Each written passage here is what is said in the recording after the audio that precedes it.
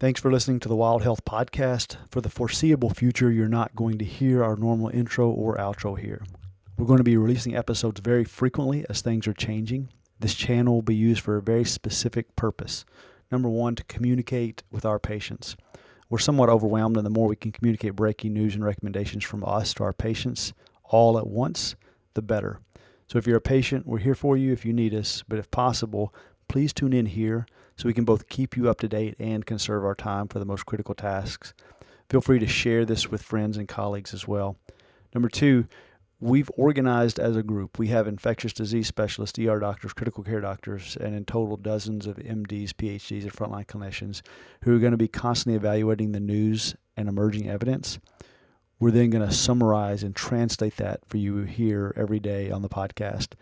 The speed of change with the circumstances will make us look foolish at times, but we're committed to pouring all of our resources and energy into doing what we can to help and make a difference.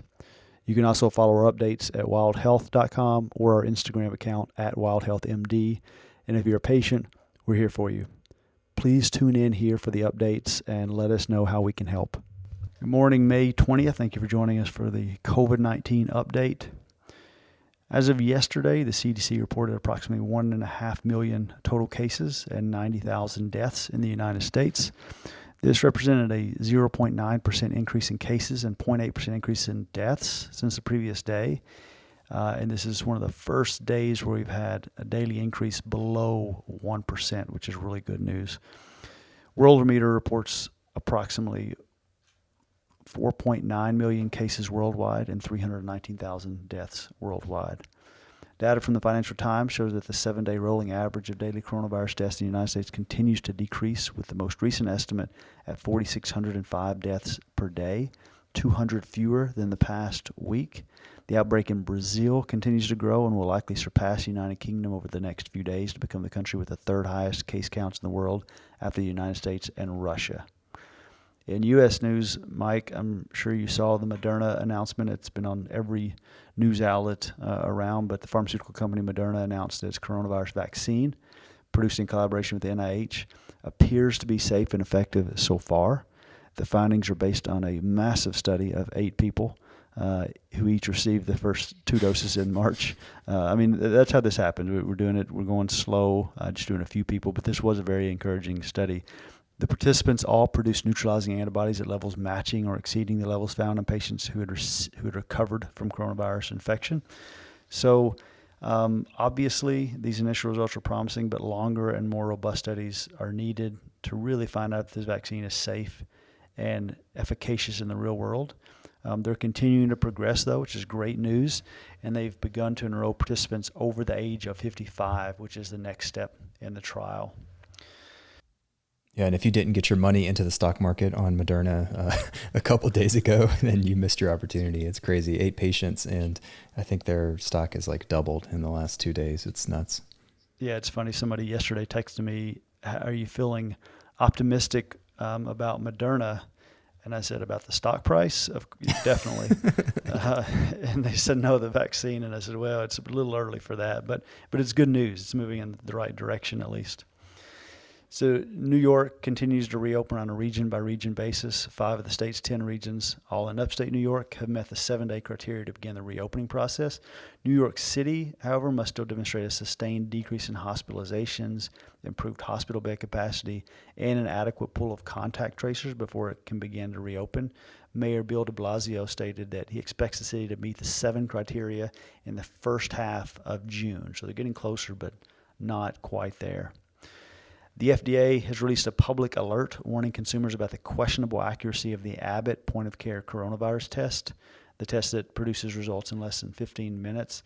It's been touted by the White House and regularly used there to screen people that come into contact with political officials. We all have seen President Trump when he had it at the press briefing. They were very excited about this. The FDA warns the test has a low sensitivity, meaning a lot of false negatives.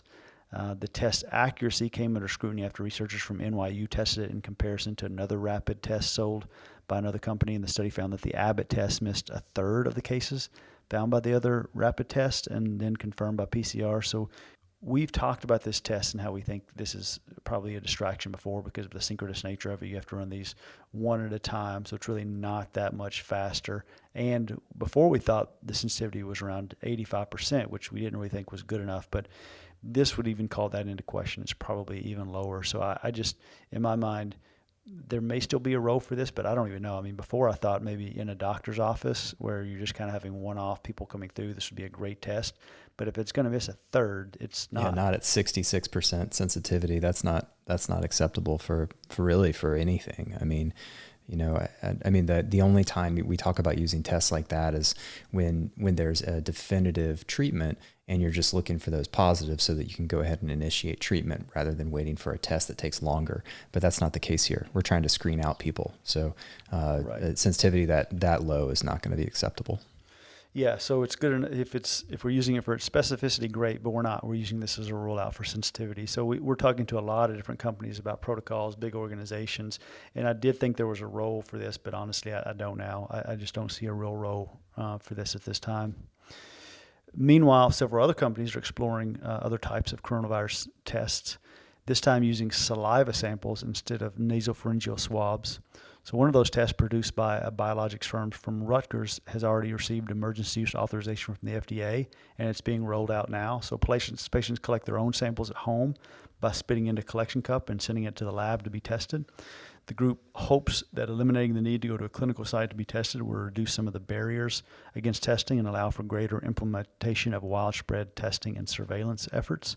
So this is a really promising thing. We're going to dig further into this, and we're actually just going to be testing this in our lab as well. We're screening thousands of individuals right now, and we want to see if this holds up. There's been a couple small independent studies that have shown that just the saliva or just collections from mouth are just as good as the NP swabs, and we believe that to be the case, and it's really interesting to see this. And so if this plays out and is true, it's going to make it much easier. A lot of the groups that we're working with Mike and collecting, they're in a different area and they're having to have a professional collect. But if we could just send the tubes to them and have them spit in it, it would be much easier than depending on somebody else to do an accurate MP swab. So this is really interesting, and we'll be switching to this saliva only as soon as we think that it's safe to do that in our lab for sure. Yeah, 100%. We talked about this with Chris Mason. We were talking about the LAMP test because they were using saliva samples. I think they were actually mouth swabs, weren't they? Not just straight spit. Yeah, they were swabs. And these studies are small, and we have the advantage in our lab. We're doing thousands of tests. We can kind of validate this on our own internally. So we're going to try to do this because the studies so far have been really promising, but they've been pretty small in general. So we're going to try to replicate this as well. All right, Matt, I got two articles to talk about today. One of them's good news, one of them's bad news. Which one do you want first? Let's go with the good news. All right. So this is really good news, I think. This is an article that was in Nature Medicine published on April the 29th called Antibody Responses to SARS-CoV-2 in Patients with COVID-19. So they studied 285 patients, all of them with RT-PCR positive COVID-19, and they tested them for seroconversion, so the development of antibodies, IgM and IgG. And within 19 days after symptom onset, 100% of the participants had IgG antibodies, and about 95% at some point developed IgM antibodies. They found that people develop antibodies, about 50% of them, around 5 to 7 days into the illness. And then once you get 19 days in, pretty much everybody has the IgG antibodies. The study was interesting because they further went on to sort of evaluate the utility of serology testing. And they looked at a group of 164 people that were close contacts with patients who had documented COVID. So these are pretty high-risk people. 16 of those people ended up having positive PCR tests for the virus, but 7 of them had negative PCR tests, even though they were tested multiple times, and ended up having positive serology. So around 4.3% had these false negative PCR tests, but ended up having seroconversion. So this suggests there may be some advantage to using serology in addition to RT-PCR. And maybe what's happening, and this is just conjecture here, but these people might actually be getting inoculated and seroconverting or developing an immune response, but never really having a really high level of virus particles. And a lot of these patients were asymptomatic. So that sounds like probably a plausible explanation. So you get the virus, you never really get sick from it, so you don't really produce enough viral particles to have a positive PCR test, but you get the immune conversion, which would be pretty awesome. I mean, obviously that's the way you'd rather have it. But the real point here is that 4% of people that don't have a positive RT-PCR still had seroconversion, so we could catch them anyway using serology, which I think is a positive thing. Yes, it is. And it's interesting. I'm always thinking about what does this mean? And so again, this does point to, and we've seen this before. We've seen in studies looking at large populations like the Major League Baseball study and others that there are people that convert and never even really knew they were sick. And we're counting those as false negative RT-PCRs, which is true if what we're optimizing for is, do you have viral particles somewhere in your system that you're going to develop antibodies to? If we're doing the RT-PCR to try to rule people out that could potentially be contagious to others, then it would still an interesting question. If these people never had symptoms, were they contagious or not? And were the ones that were contagious, we do think they're asymptomatic spreaders, are they all positive on PCR or not? Because what you could imagine is, okay, there's everyone, let's take a big group, and everyone gets infected. So if they're all infected and they're all going to get to this IgG positive, there are going to be some that become symptomatic. There are going to be a big group that is asymptomatic. And then from those asymptomatic, are there two different groups? Is there one that is never producing enough particles, so they're PCR negative, and so they weren't really contagious because we're not finding particles and they're not contagious? And then is there another group that is asymptomatic and they are contagious, in which case we would think that we would find that on a PCR. So I'm completely guessing, but I'm just trying to break these people up and figure out how we catch the ones that matter, which is the asymptomatic spreaders. And I'm not sure how we actually even design that test, but it just brings up those questions that I'm bringing up when I don't have an answer to them. but I think it's just as important to ask the right questions as it is get to the answers. I think that, getting more and more answers. And I think that the only caveat to that, Matt, is the complicating factor of, the infectivity of the virus comes from two different places, right? So you could have, mucus in your nose and in your mouth that could have viral particles in it. You also have viral particles in your lungs, right? So when you're coming in contact with other people, if you're infected, you could accidentally spit on their face.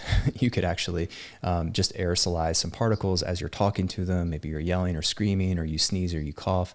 So really the infection can come from two places. It can come from the nasopharyngeal space, so the nose and the mouth and all that, or it could come from the lungs. So the only complicating factor is just sort of that like scenario that you created, which we'll actually bring up in this next article that we talk about, the bad news article, is that what if there is a difference between whether that infection is as prevalent in the nose as it is in the lungs? So there could be a variance there. It could be that you have more infection early in your lungs, for example, and that's why you have these false negative tests, these false negative RT-PCRs, but you end up having seroconversion, and you just can't test it by testing the nasal mucosa. I haven't seen a direct comparison of sputum sample to nasopharyngeal swab. If that's out there and somebody knows about it, send that to me. I'd love to see that study. But that's the only real way I could think you could get at answering that question specifically. I mean, I get your point, but I guess I kind of disagree with it a little bit that in practicality that would happen, that you would be actually spreading by breathing, but test negative in the mouth or the nose. And the reason why I would kind of doubt that is it's been a while since my anatomy class, but I think most of the air coming from the lungs goes through the mouth or the nose when it's coming out. And so if it's coming out and then getting on people, then I got to assume it's getting stuck in the nose and the mouth. So I agree in theory what you're saying, but I mean, if I had to guess, I would bet that it's going to be hard to be spreading this and test negative on PCR. And I don't know, but I'm just saying, just thinking through the physiology and the anatomy of it and what we're talking about, I still think that until proven otherwise, probably if you're spreading it, you're going to be RT-PCR positive. There's going to be enough viral particles in the mouth and the nose just from the air coming out on the way out to catch those. Good questions. I'm guessing. I don't know that we know the answer to that. I think all we can do is guess at this point. people confidence that we said the word we're guessing about a half dozen times in the last 5 minutes. Yeah. So tell me the bad news. You're pretty confident about that, Matt? Yeah. All right. Yeah. Bad news. Variation in false negative rate of PCR-based SARS-CoV-2 test by time since exposure. So this is a study that was recently released, and I think it was Annals of Internal Medicine. Actually had sort of a Twitter back and forth with the author on the study just because it kind of blew me away when I first saw it.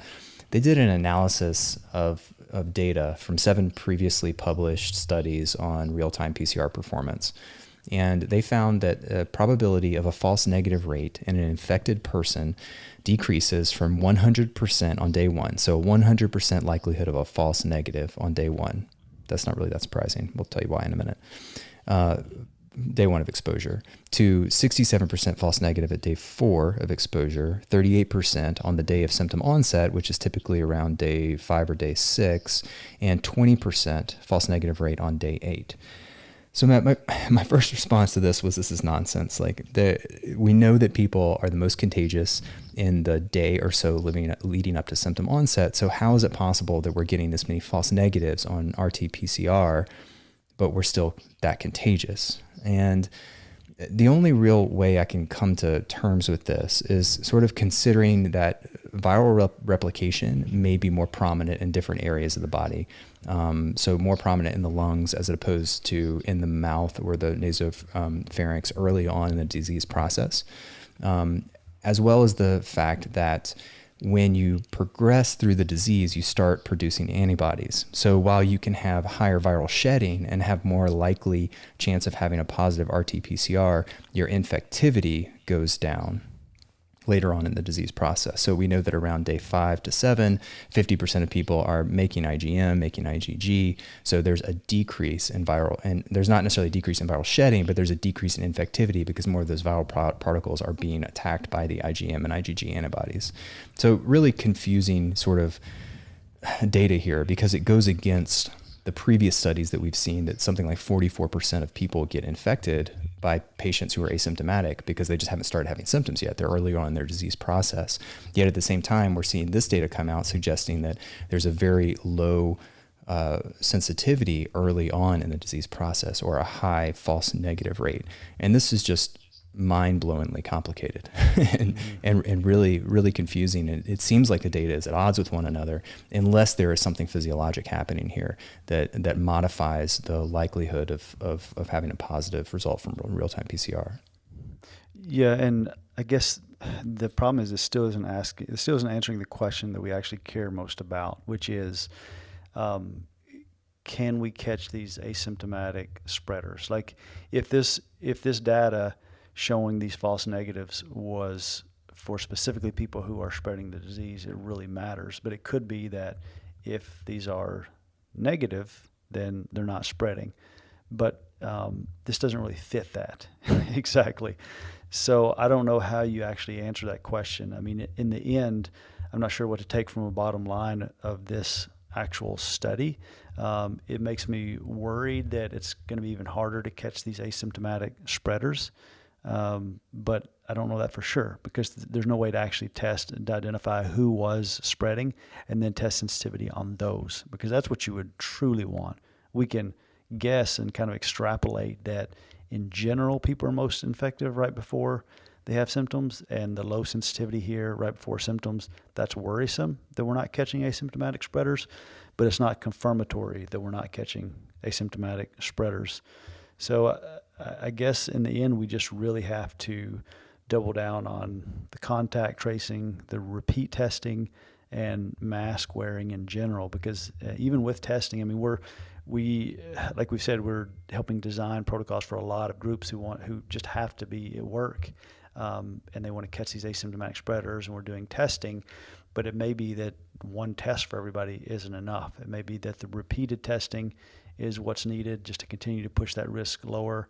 And even with negative tests, people shouldn't be completely lured into a false sense of security where they don't have to wear their mask and still take social distancing. So it's making the picture a little more complicated. And to me, it just points to the need for really robust protocols, understanding this data, developing the protocols, and then adjusting the protocols as data changes. And we're going to talk about our experience and how that's changing the protocols that we're coming up with in a couple days. On Friday, we'll release a podcast on that because we have experience now testing thousands of asymptomatic people, and we're learning some really interesting things about positive versus negative on the PCR and IgM and IgG antibodies. And we're just getting some cool data that we think would be nice to share because we're refining and improving our protocols for testing and ruling out disease almost daily as we just get more and more results in. Well, we see studies like this, and that allows us to recognize that, okay, real-time PCR might not be perfect early on in the disease process prior to symptoms.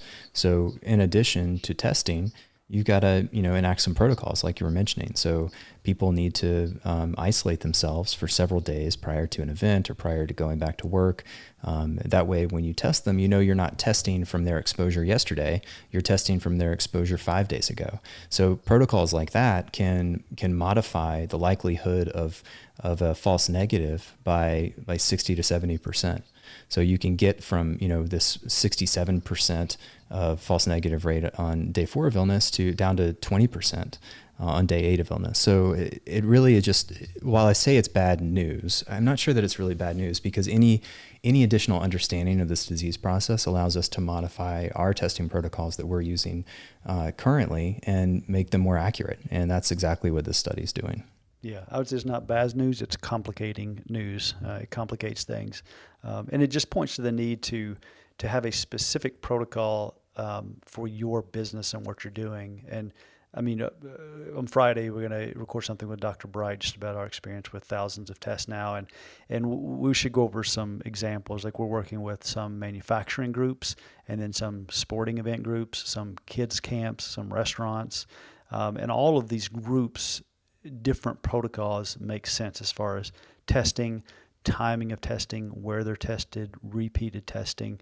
It's just going to be different for everybody. So our goal is to get as much information out there as we can for anyone who's developing their protocols, because it's funny, we've talked to some groups where we've developed a protocol and then a week later we talk and say, hey, we should modify it now already in less than a week. So it's important to have some humility around this as we're developing protocols and trying to do better and better and be very quick to adjust the protocols when it doesn't actually match the reality of what the science is saying.